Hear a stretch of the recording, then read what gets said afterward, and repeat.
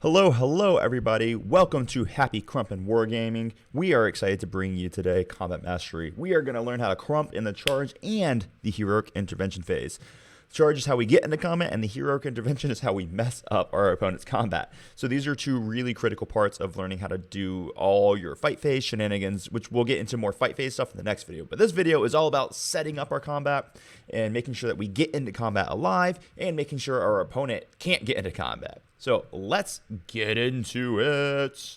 The charge phase. All right, so our charge phase is going to be divided into two primary sections.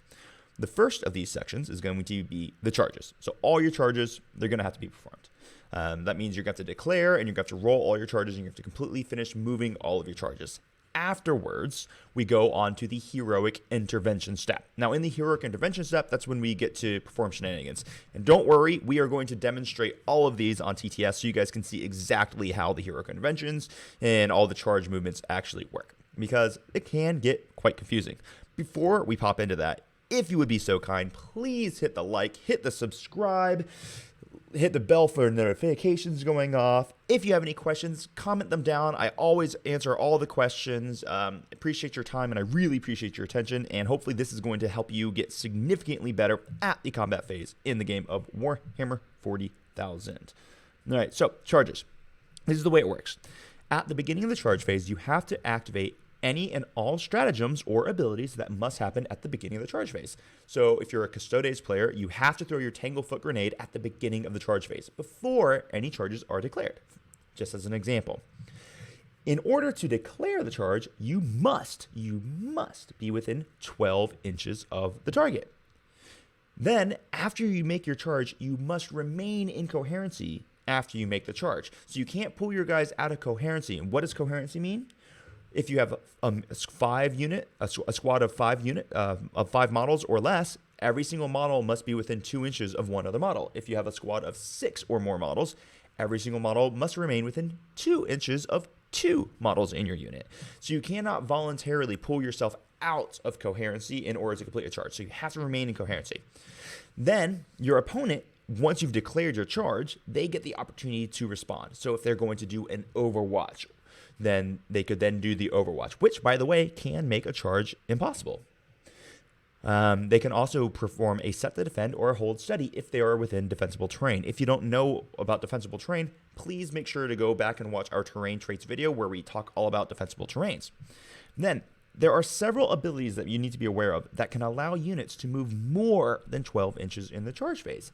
However, the caveat is that your units cannot declare charges that are further than 12 inches.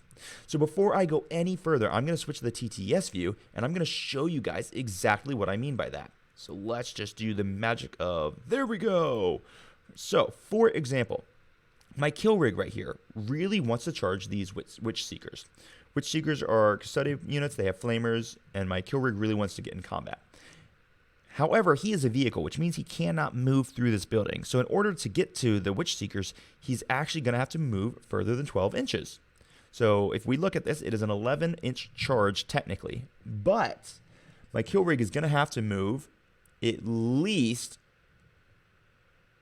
he's going to have to move at least 4 inches like this. And then he's going to have to come up. So he's already moved 7 inches.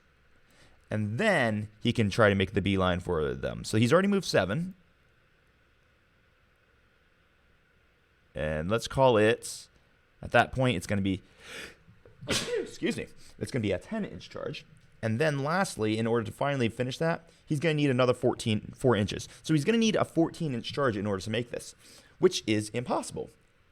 However, it's not for him because he has a rule that allows him to charge on 3d6 called Ramshackle. So you have to spend 2 CP on it. So he can, but he actually has the ability to charge more than 12 inches. However, the caveat for that is going to be that he has to still remain within 12 inches to begin the charge. So even though we know he can move further than 12 inches, if he is further than 12 inches, he cannot even declare the charge. So that is a really important caveat. So right here, it's impossible for him to charge, even though he could easily still make the distance. If he's right here, he can charge because he's within 12 inches, but he would still have to roll more than 12 inches to get into combat. It can be a little confusing, but that's the way that works. I'm going to switch back to the PowerPoint, and then we'll come back to the TTS for a few future things. PowerPoint view. Boom, we got it. Okay, so welcome back to the PowerPoint, everyone. Now let's talk about our heroic interventions. What is a heroic intervention? Heroic intervention is a defensive movement that can occur at the end of the charge phase before the fight phase starts. So units with character keyword gain heroic interventions, and they get 3-inch movements that ignore difficult terrain. The way they can get this movement is if at the end of the charge phase, they are within 3 inches of any enemy unit. Then they can move 3 inches. They have to finish that move closer to the closest enemy model. Now, there are some exceptions to this, so you always have to read data sheets because some models might have the ability to end a heroic intervention closer to any enemy model. It doesn't have to be the closest. So it can change a little bit based off the data sheet ability. Now, this is really important because fly here does not actually apply to this movement. All right, so while your heroic intervention does ignore things like difficult terrain, so you're not at -2 to move when you're heroic intervention intervening. Just like on the pile-in or the consolidation, you're not at -2 for moving over difficult terrain. You still can't fly over units. So even if your model has the fly keyword, a heroic intervention is technically a heroic intervention and not a movement. So you can't use movement rules, which is why you don't suffer difficult terrain penalties and stuff too. So it's a little bit tricky.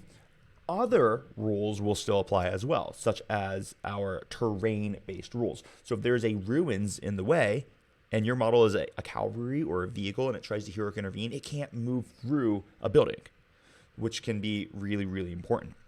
Let me show you what that looks like on the TTS view. So we'll just switch right back into view. So let's go all the way over here. So I have a Custodes bike captain, and he's super dang powerful, and he wants to destroy these berserkers. Now, the berserkers have obsec, so they don't actually have to kill him to take this objective from him. So all they're going to do is they're just going to hop onto the objective, and they don't actually care if they're within heroic intervention range right now, because even though this shield captain on Dawn Eagle Jetbike can technically heroic intervene, he actually can't get into engagement range with the berserkers because he cannot move through the floor of this building. So the closest he can possibly get, even with his 3 inches of movement, would just be like 1.9 inches, 1.7 inches, which means he cannot get into combat because he can't move through this wall, and he certainly can't move through the floors, which would have to cut his head off. So even though he has this awesome ability to heroic intervene, and he would kill these berserkers, he's got no chance to do it simply because he can't move through walls in the heroic intervention step. So be aware of that. This is one way that you can avoid heroic interventions. Just make sure that you have terrain across certain units. Now, this would not work if you had a, let me show you another example. So over here, I've got an Eversort Assassin, and he is a character as well. Now for him, he could actually just use his heroic intervention to walk straight through this wall because he's a character. Because he's infantry keyword, and infantries can move through breachable walls. So for him, it's fine. He'll just move all the way right here. He'll end within 1 inch. And then in the fight phase, he'll move over and he'll just slaughter all these Gretchen. So there is a thing where you need to be careful about which characters are defending which objectives. So right here, this Eversor is happy to go slaughter these Gretchen, whereas over here, in basically the exact same scenario, this bike captain could never get into combat because there's a wall. So be aware of that on your heroic interventions. And I'm just going to switch right back to our PowerPoint view now. Okay, so how do we beat other heroic interventions? Because they are really, really powerful. So heroic interventions can only be done if you are not within engagement range. And this is really, really dang important, okay? Because when you're not within heroic or if you're not within engagement range, that gives us the ability to defeat our opponent's heroic intervention, because we could just put them in engagement range and then they can't heroic intervene. So what happens is we're going to charge the character that we're afraid is going to heroically intervene into us, and then we're going to use the pile-in action of the fight step to get away from him. The character will not be able to pile in because he did not heroic intervene and he did not charge, and you've pulled him out of engagement range. And then you can also always just, at the end of your charge, make sure that you're more than 3 inches away from enemy characters at the end of the charge phase. So let me show you what this looks like, because this is a little kind of difficult to understand. So I'm going to demonstrate it in full for you guys. So we'll go back to our live view. All right. So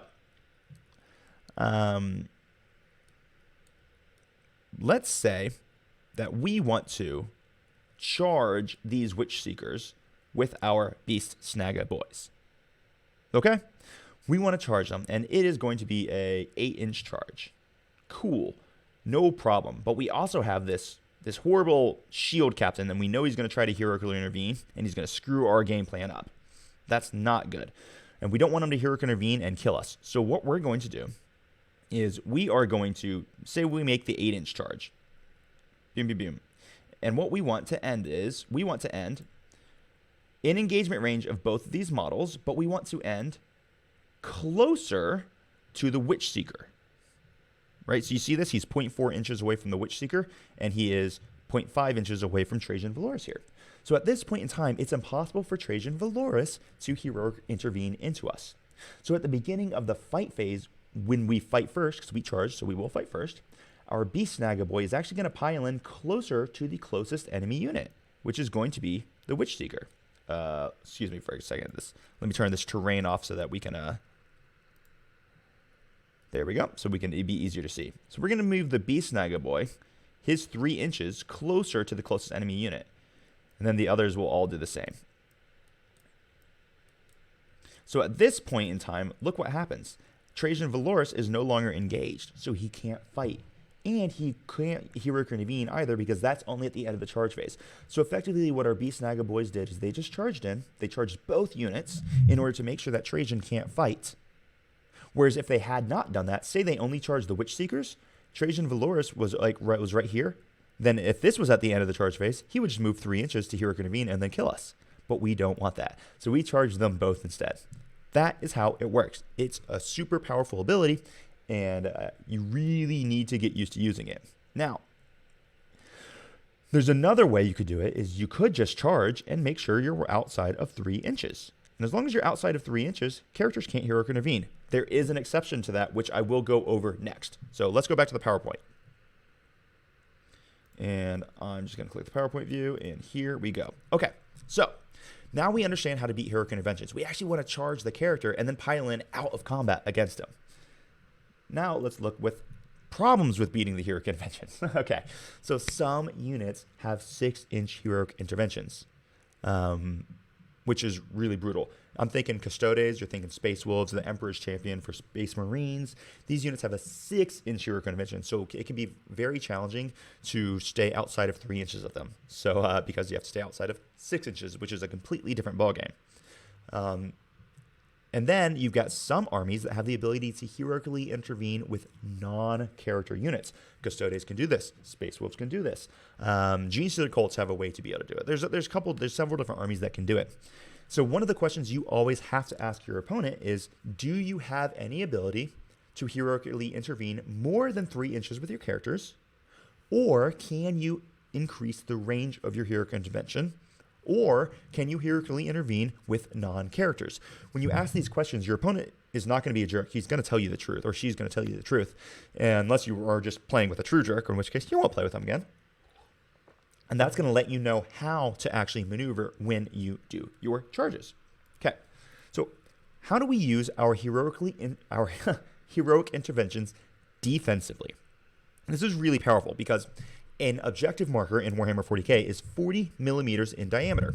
And then you just have to be within 3 inches of that 40 millimeter objective marker to control an objective. So if you have a character that has a 40 millimeter base, that character can sit in the middle of an objective, which makes it impossible for your enemy to put troops anywhere on that objective marker or within range of that objective marker without being within range of your heroic intervention. What does that mean? Well, let me show you what that means, because that was a lot of words and you guys need to see this in live action. So here we go. Let's go to the other side of the map. I've set this up here. So we have this beast boss on Squigosaur. He's got a big base. It's 60 millimeters in this case. So he's just going to sit right there in the middle of the objective. Now, these Venatari are obsects, so they can easily steal this objective just by touching it. But they know how killy the beast boss on Squigosaur is, and they really don't want to get within range of him. So it's impossible for them to touch the objective without being within range of the beast boss. So see, if he just comes all the way to the very, very, very very furthest possible edge. Technically, he now owns this objective, but he also opens himself up to a heroic intervention from the Beast Boss, who will then kill the squad. So this Beast Boss right here is defending this entire objective just by sitting in the middle of it, which is really, really powerful. Now, this exact same thing can be done with a character with a smaller base, but what you will have to do is you'll have to not have them in the exact center of the objective. So let's look at it like this. So this Eversor Assassin on this side with our Gretchen, he is not a 40 millimeter base. So if you set him right in the middle, it's too far. He can't heroically intervene. So what we're going to have to do is we're going to have to bias him a little bit. So this way he's defending this entire side of the objective, but he's not defending this side. So you can still make it work with a smaller base character, but it's better if you have a 40 millimeter base for this particular situation. So that's how our characters can really effectively defend. And they can also defend our troops. So let's look at Mr. Trajan Valoris. So everything I just said about this earlier is 100% true. But unfortunately, Trajan Valoris has a 6-inch heroic intervention, not a 3-inch heroic intervention, which makes it very challenging for the Beast Snaga boys here. So what our opponent's going to do is they're going to put Trajan Valoris farther away. So he's going to be, let's call it a 9-inch charge, which is much less likely for the Beast Snagas to make. So it's going to be a lot harder for the Beast Snagas to charge both the Witch Seekers and Trajan Valoris here. So it's going to be harder for them to pull off their trick. So what they're going to do is they're just going to charge the Witch Seekers. And they're going to make it in. Now, if they're right here, they're safe because they're further than 3 inches away from the character. Unfortunately, Trajan Valoris has a 6-inch heroic intervention. So what he has effectively done is he's pulled himself too far away to make it a good idea to try to attempt the double charge like we talked about earlier. But since he's got that 6-inch heroic intervention, he's still going to get into combat. And now he's going to get to smash the Beast Snagas. So some characters have that 6-inch heroic intervention. Space Wolves have the ability to put it on everything. The Custodes have the ability to put it on any character. So some armies are much trickier to avoid the heroic intervention with. So pay attention to that, my friends. Then let us go back to the PowerPoint. All right. What are other benefits of the heroic intervention? This is a really, really important part for all of you people who are learning to play the game and learning how to play it better. Heroic interventions are going to give us a lot, and I mean a lot of free movement. Because remember, you don't have to end within engagement range of an enemy. You just have to end closer to the enemy to use your heroic intervention movement. Now, it can also give us the ability to free trapped models, which I'm going to demonstrate for you in just a moment, and defending weak troops. And we kind of just demonstrated how he's used to defend the Witch Seekers in this case. So let's go back to the PowerPoint, and this will probably be the last one I show you right now. Okay, so this is a classic example of, oh crap, this Lord of Skulls is going to destroy all of my Wardens because he has a great shooting profile. So our Wardens don't want to get killed. Let's say it is the Custodes' turn, and they cannot reliably make the charge into the Lord of Skulls because it's a 9-inch charge, but they want to stay protected so that they don't get just shot to death by the Lord of Skulls next turn. So what they're going to do, let's say we're going to, this is the setup. We're going to have these guys move back a little bit. So the Wardens are going to move on up, and what we're going to want to do is we're going to want the Wardens to charge this drop pod. Now, why do we want to do that? Well, when you're engaged in close combat, enemies cannot shoot you, which is pretty powerful to know. But we don't want to kill it, because if we kill it, that's going to give the Lord of Skulls the ability to then shoot and charge us. So let's advance Trajan Valoris. He can move 6 inches normally. And then we're going to advance him another, let's say he advances another 3 inches or so, or another 4 inches. Yeah, call it 4 inches there. So now he can't charge because he advanced. But he is within heroic intervention range. Now, you can't heroic intervene in your turn, but you can in your enemy's turn. So this is where the trick really works. So I'm going to charge the Wardens into the drop pod, and they need a 4-inch charge. So they're going to charge. But what we're going to do is we're going to make sure that only one Warden is going to be within engagement range of the drop pod. And then we're going to move the rest of the Wardens something like this. So what happens is this drop pod won't die from just one Warden. Let's say we dealt like 4 wounds or something to it. So we only take it down to 4 wounds. the drop pod won't die, and it certainly can't kill our wardens as well because it has like basically no profile. Now, since it's a drop pod, it can't fall back from combat. So in my opponent's turn, the Lord of Skulls can move up all he wants, but he cannot shoot the wardens because they're engaged in close combat, and he can't shoot Trajan Valoris because Trajan Valoris is protected by the Look Out Sir rule. So now the World Eaters, with their huge, nasty, powerful Lord of Skulls, is effectively useless for an entire turn, simply because he can't shoot or do anything, and he can't charge because he's too big to get through here, which is really dang good for the Custodes. Now that it's the World Eater's turn, at the end of the charge phase, the Adeptus Custodes get to heroically intervene. Trajan Valoris has a 6-inch heroic intervention, so what he's going to do is he's going to come on up, do his 6 inches, and he's going to kill the drop pod. After he kills the drop pod, he can do his consolidation movement. No problem. So now when it's the Custodes' turn, they get to do a free charge onto this Lord of Skulls. Charge with the Wardens and then charge with Trajan Valoris. And that was possible because they were completely safe. They couldn't be shot in the last turn simply because I only put one in engagement range of the drop pod to not kill it. And then I used my heroic intervention in my opponent's turn to kill the drop pod so that I was free to charge in my turn. So that is an extremely powerful ability. I encourage you to rewatch that little segment so you can learn how it works. Guys, this is our charge phase and heroic intervention lecture. This is actually extremely powerful. If you understand how to utilize the charge phase and your heroic interventions, you're going to be really, really well off, and your combat phase is going to become much more effective for you. So master this and then tune in for our next video, which is going to be on the fight phase mechanics a little bit more, okay? So this was everything you need to know about charges and heroic interventions. Thanks for watching. Please comment below if you have any questions or if you have any suggestions for future videos.